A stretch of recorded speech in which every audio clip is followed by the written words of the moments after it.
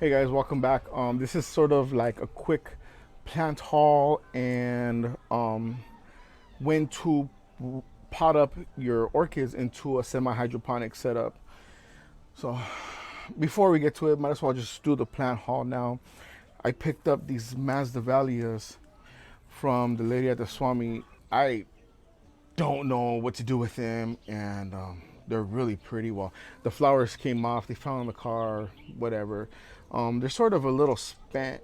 She says she got them at an orchid show, and she sells at a Swami. And I think what she does is she gets all these flowers, all these orchids that the spikes already spent and everything. She sells them for really cheap. So I got these guys. They were $10, and I just think it's ridiculous.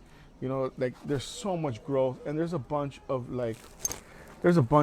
new growth in there. It is beautiful. This is a beautiful plant.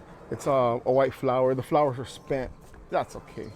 And I picked up this small one. Again, same thing, same price. It's a red flower. The flower is all smashed up and beat up. Whatevskis. Can you see it? Yeah. That's something Astrid does. I don't know if it worked or not.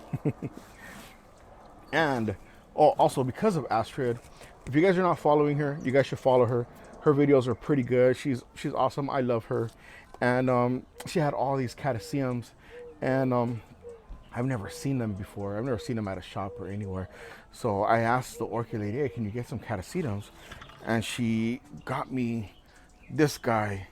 This is beautiful. The flower is a green.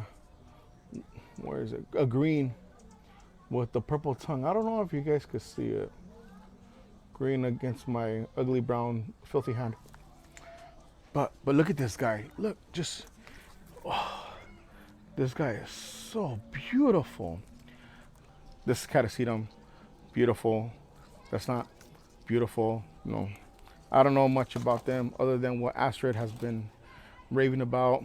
I think it's just the plant itself is really beautiful.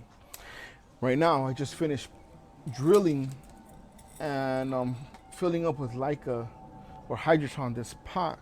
This is one of the pots. An oncidium was in there. I got it from Lowe's. It was $15. An enormous plant. I'm not gonna put it in here. I'm gonna put two other oncidiums in here, but it's very beautiful.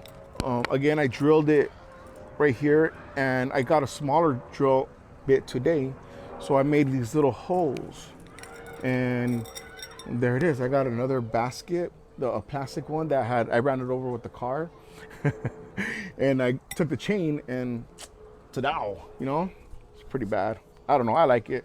But the thing is that it's enormous. I'm going to plant two oncidiums in here, and two different oncidiums. I know, I shouldn't be doing that, but I have nowhere to put them. One of them is gonna be Oncidium Sunlight Pesky Panther, and the other one is Oncidium Hilda Plum Tree. Oh, I like that one. Anyway, so I was taking it out. The flower spent. You want to do it when there's new growth, and this is a perfect example of said growth. I was in the middle of taking out the medium. There's still some crap in here. They're like little bark chips and sphagnum moss, but it has 3 new growths, and the growths you can see four new growths. Pretty awesome. You can see new roots. You see them? See them roots? This one, look at them, tiny little roots. This one has a big new root right there somewhere. And I'm gonna show you something special. The difference between a root and a new growth. See how the difference between a new growth and a root when it's crazy small is that the roots will have a yellow tip, and the growth, where is it at? This one that's tucked in here has a green tip. Don't know if you can see that. It's a tiny little, whoa, sunlight. It's in there. So this is gonna have 1, 2, 3, 4 new growths. Hopefully 4 new spikes by next year or by late this year, but I doubt it. The California weather's been ridiculous.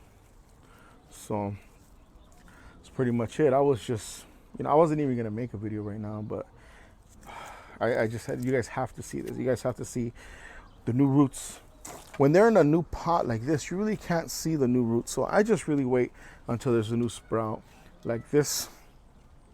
Let me cut this. Hold on.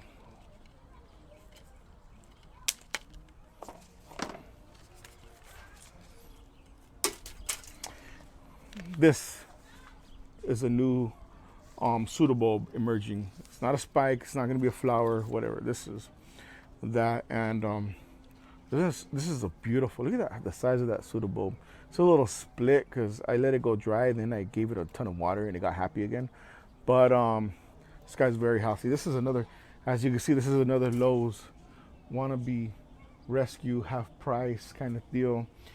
You just got to find the guy that orders them and ask them, hey, are you gonna put any of these half price or on the graveyard?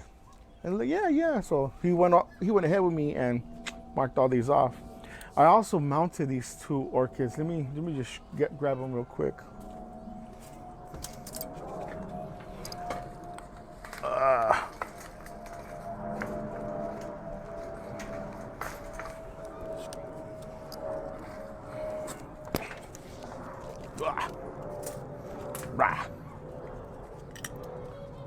First up is one of my favorite orchids.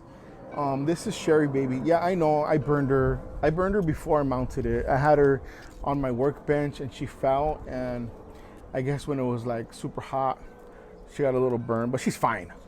He's fine. It's funny because I call this one her because its name is Sherry Baby and all the other ones are dudes. So I just did a regular mount. This is cedar, and I drilled holes in the back. Later on, I'll do a video how to do this. It's just, it's hard. This is kind of hard. And I drilled all these holes in the back and tied it with fishing wire, first with some sphagnum moss and then with a lot of sphagnum moss. I balled up the roots in there because, again, the roots are pretty big. They're not, I'm sorry, this is a little bit of root compared to this guy. This guy was just an enormous ball of root. So this is a little bit of root for an oncidium. They usually have, looks like a whole pound of spaghetti. So, and I left some roots dangling down here, and it's been doing well. I got another pseudobulb growing up here. That's one thing that I make sure that I mounted it with the direction going upwards. And once it gets to the top, I don't know what I'm gonna do, trash it or something. But to lock in the fishing wire, one thing that I did was I super glued it. And I'm a reef hobbyist, so I have a ton of super glue everywhere.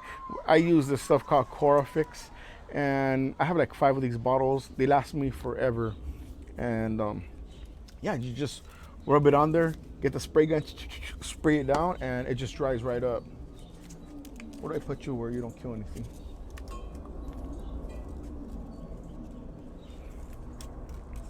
Oh, in the trash. And here is this Cattleya, and I did the same thing. Yeah, I drilled the back of the cedar plank and glued it and everything. But this time I used Hydroton. So since this guy's gonna get wet every night and every morning, I just put some Hydroton in there with some some window screen, like that bug screen stuff. I use it for my terrariums, and I thought, this might work, helping it, hold a little bit more moisture than it would just on a wooden plank. I was told to mount this guy just on the wooden plank by itself, but I think this will help it out a little bit more. It is growing new roots, and it does have really nice healthy roots. All of these are kind of beat up. They're just there to hold the plant down. But yeah, I like this guy. It's really simple, and I can't wait till it thrives. So that's just a really quick update. I know I haven't done a video in a while, but I gotta get back on the ball. There's just so much stuff going on right now, but really excited over this stuff. Again, thanks for subscribing. I'm almost to like 50 subscribers or so. pretty awesome. I'm getting a lot of views. Thanks for the views. And go ahead and leave your comments below. And if you're not subscribed, please subscribe. And later on, I'll show you guys how to do one of those mounts on a piece of cedar or any piece of wood and using the super glue method. Thanks a lot.